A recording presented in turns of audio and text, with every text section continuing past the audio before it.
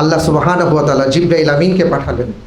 জিবরাইল আমিন এসে বললেন, ইব্রাহিম আযদিন ফিন্নাস, ঘর তো নির্মাণ হয়েছে, আযদিন ফিন্নাস, এবার মানুষের মাঝে আহ্বান করেন, বিল হাজ্জি, হজের, ইয়াতুকা রিজালান ওয়া আলা কুল্লি দামির ইয়াতিনা মিন কুল্লি ফাজ্জিন আমিক, নানা জায়গা থেকে মানুষ আসবে, কেউ খালি, কেউ আর কি পায়ে হেঁটে আসবে, কেউ বাহনে চড়ে আসবে, নানাভাবে আসবে, আপনি আহ্বান করেন।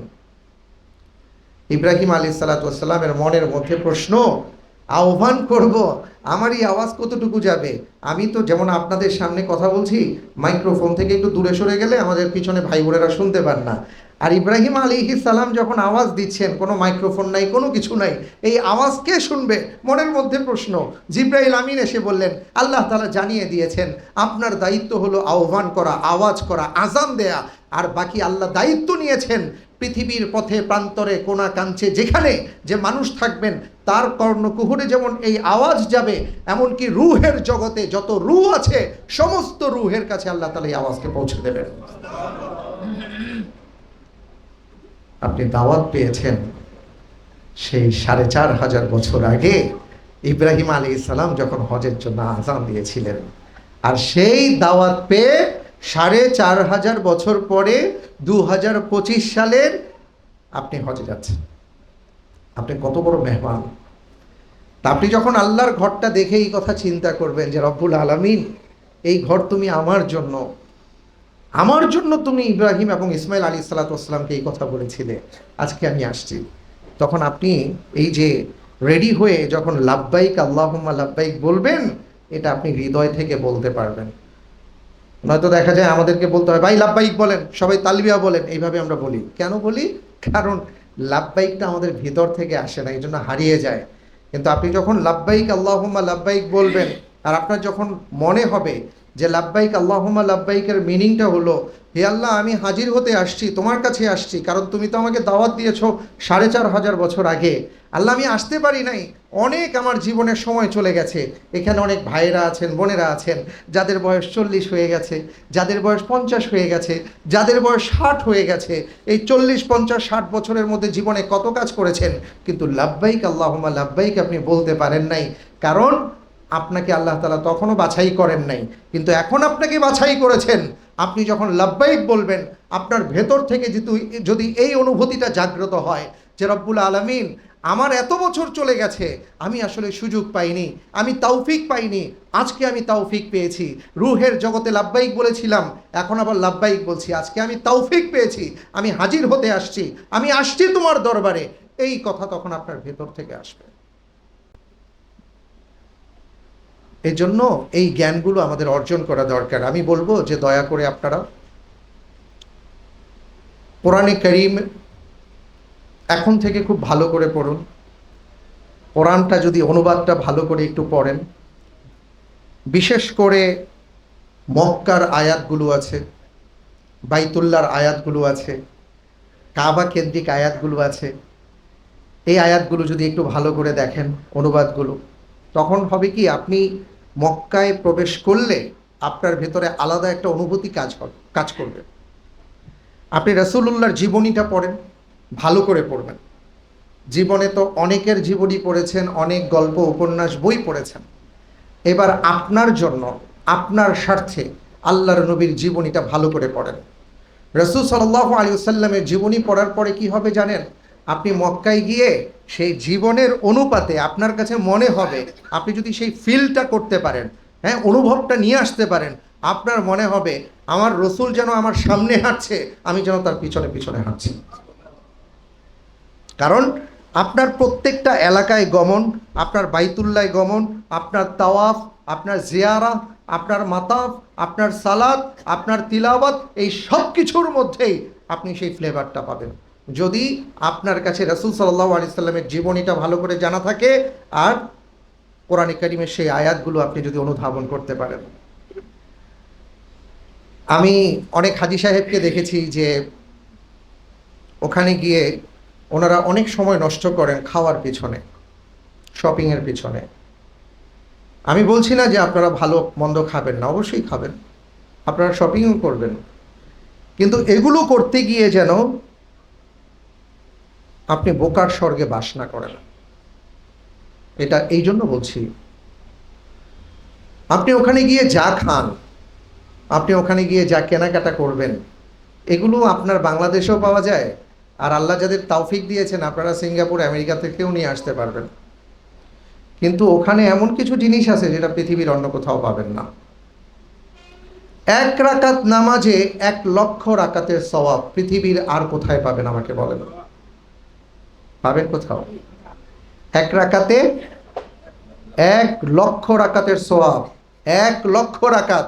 2 রাকাত নামাজ পড়তেই আমাদের কোমর ধরে যায়। 2 রাকাত নামাজ বেশি পড়বো, এই নামাজটাই তো আমরা পড়তে চাই না। আর ওখানে 1 রাকাত নামাজ পড়লে 1,00,000 রাকাতের সওয়াব। আপনি এই সুযোগটা আর কোথায় পাবেন? যেহেতু আর কোথাও পাবেন না, তাহলে আপনার কাজ কি? হারামের মধ্যে পড়ে থেকে শুধু নামাজ পড়া। আপনি কোরআন পড়েছেন জীবনে অনেকবার, কিন্তু যেই জায়গাতে কোরআন নাজিল হয়েছে সেই জায়গায় তো আপনি কোনোদিন পড়তে পারেননি, আর পারবেনও না। আপনি বাংলাদেশে বসে আছেন, ধানমন্ডিতে থাকেন বা এই এরিয়াতে থাকেন, যেখানে থাকেন, কোরআন পড়তে পারেন, কিন্তু কোরআন নাজিলের জায়গায় কোরআন পড়তে পারছেন না। আপনি যখন মসজিদে হারামে বসে আপনি কোরআন পড়বেন এই চিন্তায় যে আল্লাহ আপনার কোরআন যেখানে নাজিল হয়েছে সেখানে পড়ছি, এই কোরআন পড়ার মজা আপনি পৃথিবীর অন্য কোথাও পাবেন না। আপনি পৃথিবীর অন্য কোথাও তাওয়াফ পাবেন না, কাবা পাবেন না। আপনি যখন তাওয়াফ করবেন, তাওয়াফের মধ্যে আপনি যত দোয়া করবেন, হাদিসের মধ্যে আসছে আপনার সকল দোয়া আল্লাহ তাআলা কবুল করবেন। সুবহানাল্লাহ। আপনি পৃথিবীতে অনেক জায়গা পাবেন, কিন্তু তাওয়াফের জায়গা তো পাবেন না। সুতরাং যখন সময় পাবেন তাওয়াফ করবেন।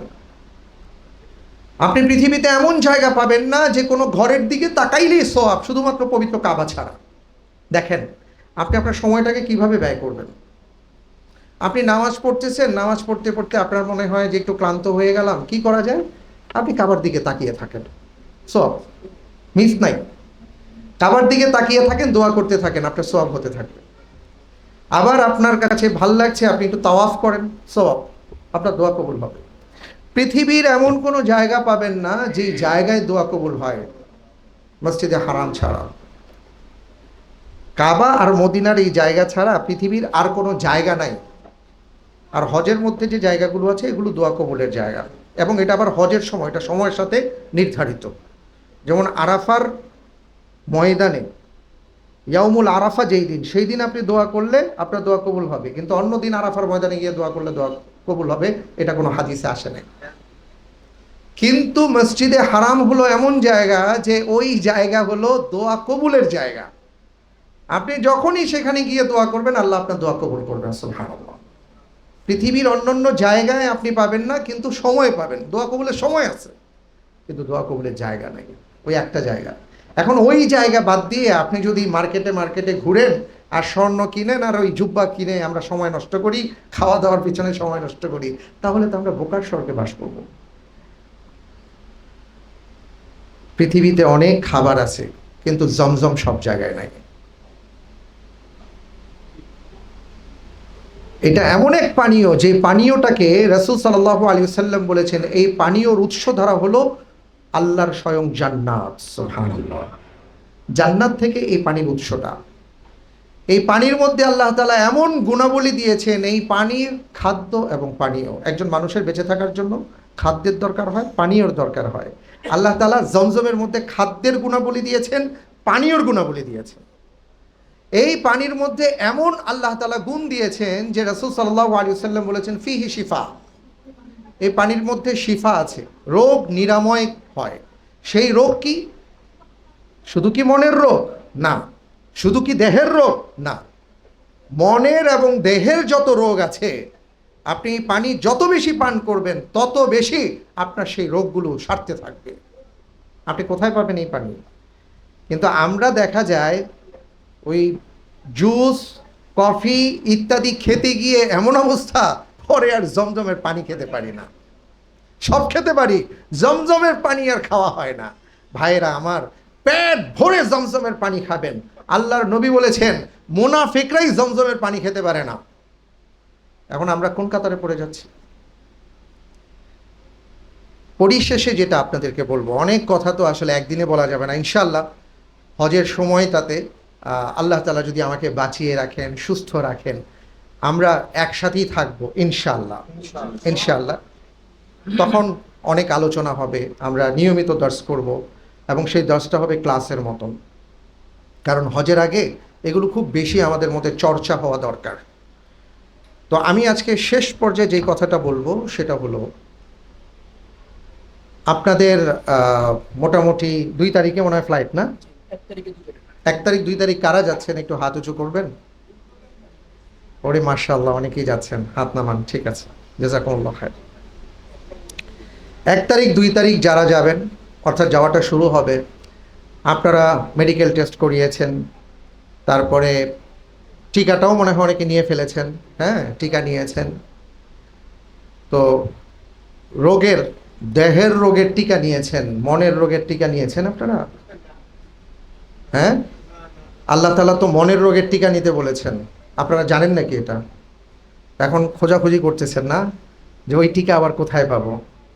কোরআনের মধ্যে আল্লাহ তাআলা বলছেন, আল হাজ্জু আশহুরুম মালুমাত, ফামান ফারাদা ফীহিন্নাল হাজ্জা ফালা রাফাসা ওয়ালা ফুসুকা ওয়ালা জিদালা ফিল হজ। নির্দিষ্ট সময়ে হজ, যাদের উপর আল্লাহ হজ ফরজ করেছেন তারা যেন 3টা বিষয় থেকে বেঁচে থাকে। ফালা রফাস, তারা যেন কোনো ধরনের পাপে নিমজ্জিত না হয়, কোনো ধরনের পাপের মধ্যে যেন তারা ডুবে না যায়, কোনো ধরনের অশ্লীল কাজ যেন তারা না করে। ওয়ালা ফুসুক, তারা যেন পাপাচারে লিপ্ত না হয়। প্রথমটা হলো অশ্লীলতা।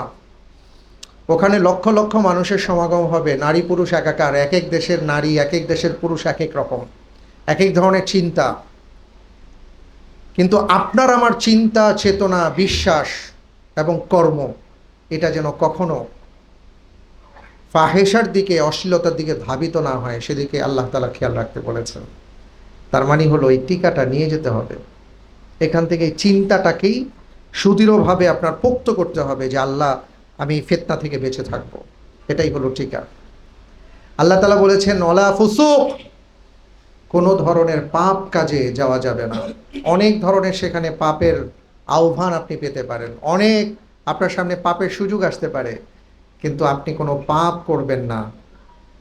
ওই টিকাটা আপনার নিয়ে যেতে হবে। সেই টিকাটা কি? ওই যে 1 লক্ষ মানুষের মধ্য থেকে আল্লাহ আমাকে বাছাই করেছেন, আমি অন্যরকম একজন কেউ। মনে করেন খুব বড় জায়গায় আপনি মেহমান হিসাবে গিয়েছেন, ঠিক আছে?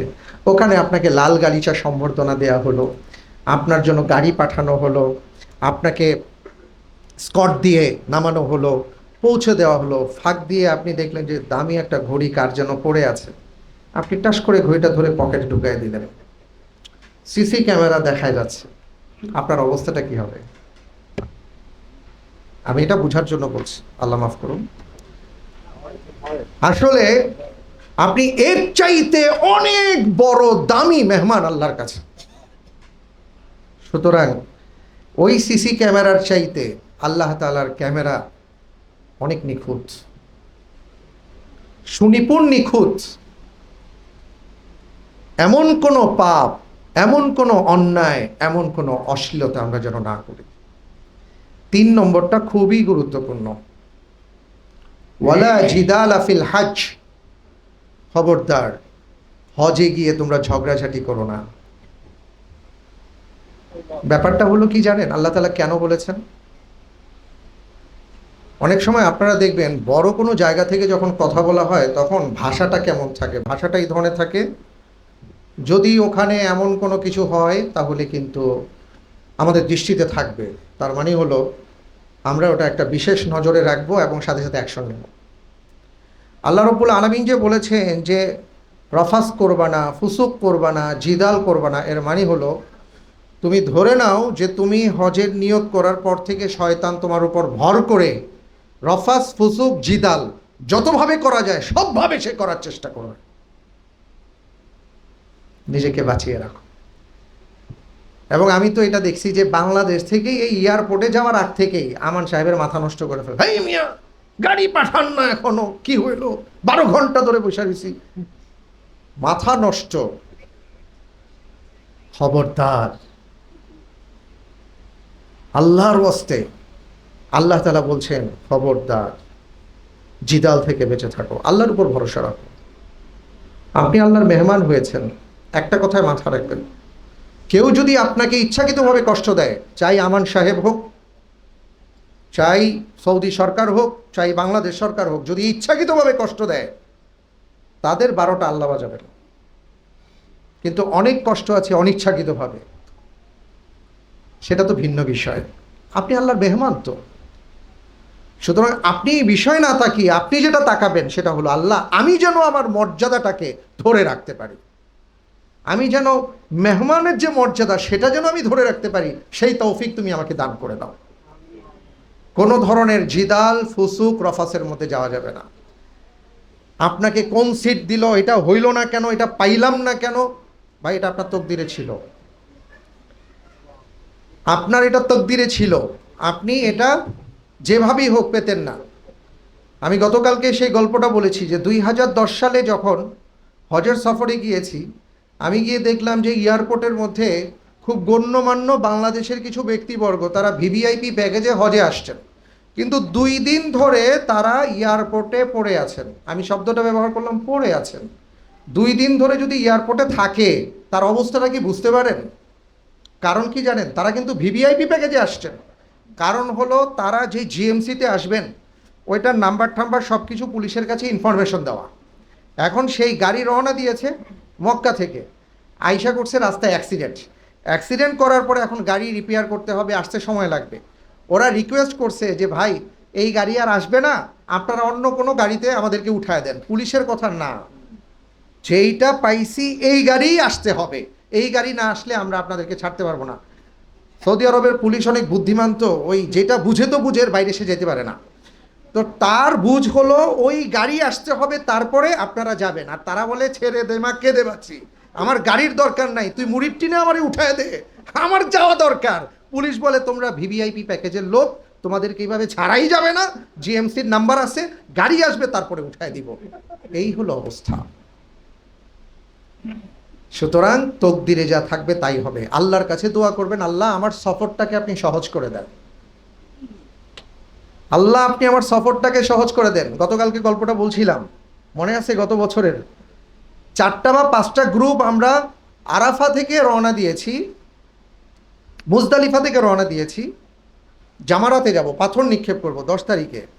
তা আমরা প্ল্যান করলাম যে এখনই যাব না, কারণ সকালবেলা একটা ভিড় হয়, চাপ হয়।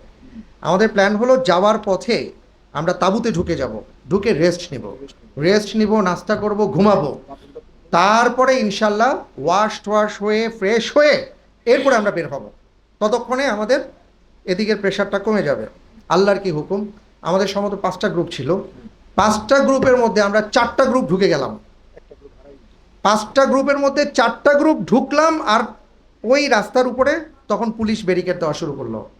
একটু পরেই আমাদের 5ম গ্রুপ আসছে, তারা এত রিকোয়েস্ট করছে যে ভাই আল্লাহর হস্তে এই যে আমার তাঁবু, আমাদের তাঁবুতে যাইতে দেন। পুলিশের ওই যে বললাম, ওরা তো বেশি বুঝে, যা বুঝে তো তাই বলছে, কিয়ামত হয়ে যাবে, এদিক দিয়ে আর ঢুকতে পারবে না, সোজা আলাতুল সোজা যাও। আহারে ওই ভাইদের যে কি কষ্ট, ওনারা আসার পরে ওনাদের চেহারার দিকে আমরা তাকাতে পারি নাই। কিন্তু আমরা পরে যারা বের হয়েছি, বের হয়ে সুন্দর আইসক্রিম খেতে খেতে গেলাম, যাওয়ার পরে ট্রেন স্টেশনে গেলাম, ট্রেন স্টেশনে আমাদের জন্য ওপেন করে দিল, আমরা ট্রেনে নামলাম, জামারায় পাথর মারলাম, আবার সুন্দর করে হাজি সাহেবরা চলে আসছেন। আর কি একই সাথে আমরা বের হয়েছি, কারো জন্য আরামদায়ক, কারো জন্য কঠিন কষ্টদায়ক। এটা কার পক্ষ থেকে হয়েছে? যিনি আরামদায়ক সফর করলেন তার জন্য পরীক্ষা ছিল সে আল্লাহর শুকর আদায় করে কিনা, যিনি কষ্ট পেয়েছেন তার জন্য পরীক্ষা ছিল যে তিনি সবর ইখতিয়ার করেন কিনা। আমাদের ধাপে ধাপে পরীক্ষা আসবে। এই জন্য বলেছি, ঝগড়া তো তখনই হয় যখন আমরা অধৈর্য হয়ে যাই। আল্লাহর রাস্তা অধৈর্য হবেন না। ওইখানে গিয়ে সিট নিয়ে অধৈর্য হয়ে যাই, খাওয়া নিয়ে মারামারি শুরু করে দেই, ডালের মধ্যে লবণ, ডাল দেয় না কেন, আলু ভর্তা দেয় না কেন, এইটা দেয় না কেন, এগুলো সব শয়তানি ওয়াসওয়াসা, মাথায় রাখবেন। আরাফাতে যাবেন, মিনায় যাবেন, মিনায় গিয়ে আলহামদুলিল্লাহ গতবার আমাদের এটা হয় নাই, আমরা আগে থেকে মোটামুটি ভাইদেরকে বলছি, এমন কোনো প্রবলেম হয় নাই। কিন্তু এর আগে দেখছি মিনায় তো 18 ইঞ্চি জায়গা থাকে, কেমন, একজনের জন্য 18 ইঞ্চি জায়গা। আপনি ঝগড়া করলেও 18 ইঞ্চি জায়গা পাবেন, ঝগড়া না করলেও 18 ইঞ্চি জায়গা পাবেন। শুধু লাভ হলো কি, ঝগড়া করে আপনি বসছেন, হ্যাঁ, আর আপনি যদি ঝগড়া না করে চুপ করে থাকেন, একটু পরে আপনি ওখানেই বসবেন। আপনার জন্য যা বরাদ্দ তাই থাকবে, উপর থেকে ফয়সালা হবে। এই জন্য ধৈর্য ধারণ করতে হবে। এই তিনটা, আবারও বলছি, রফাস, ফুসুক, জিদাল, অশ্লীল কাজ থেকে বিরত থাকতে হবে, পাপ কাজ থেকে বিরত থাকতে হবে, ঝগড়া থেকে বিরত থাকতে হবে, মুখকে সংবরণ করতে হবে, মুখের ভাষাকে সংবরণ করতে হবে, ধৈর্যশীল হতে হবে। এই তিনটা টিকা নিয়ে নেবেন। যেই কথাগুলো বললাম, আল্লাহ তাআলা আমাদেরকে কবুল করুন, আমিন। আরও অনেক কথা হবে ইনশাআল্লাহ তাআলা ওখানে গিয়ে। যারা যাচ্ছেন আমাদের জন্য ওখানে গিয়ে খুব বেশি করে দোয়া করবেন, আল্লাহ যেন আমাদেরকেও সহি সালামতে ওখানে নিয়ে যান। আর খুব বেশি করে আমরা সবাই সবার জন্য দোয়া করব। মনে রাখবেন, আমাদের সম্পর্কটা এখন অন্যরকম সম্পর্ক। আমরা একটা পরিবার হয়ে গেছি, যেই পরিবারটা আরাফাতি পরিবার। আল্লাহ তাআলার কাছে আমরা দোয়া করি, আল্লাহ রাব্বুল আলামিন যেন জান্নাতে আমাদেরকে এইভাবে থাকার তৌফিক দান করে দেন। ওয়া আখির দাওয়ানা আলহামদুলিল্লাহি রাব্বিল আলামিন।